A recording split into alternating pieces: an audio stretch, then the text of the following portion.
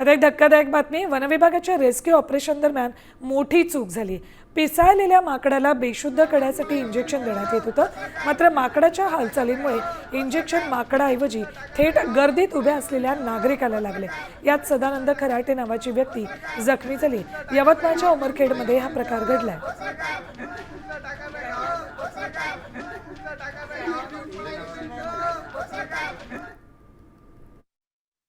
जो आपण जंगली जनावरं ट्रंकलाइज करतो त्यावेळी आपण त्यांना शेड्यूलेज जे ड्रग आहे, जसं झायलेझिन केटामाइन जे आहे, अनस्थेटिक ड्रग म्हणतो आपण, ते आपण त्यांना देत असतो.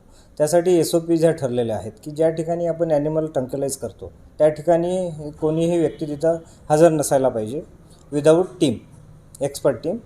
आणि जे बाहेरचे लोक आहेत त्यांचा तिथे दूरपर्यंत संबंध नसावा. कारण काय होतं की बऱ्याचदा आपण ट्रंक्युलाइज करायला ॲनिमलला जातो आणि तो डार्ट चुकून दुसऱ्याला लागू शकतो. त्यामुळे त्या माणसाची पण जीवितहानी होण्याची शक्यता असते.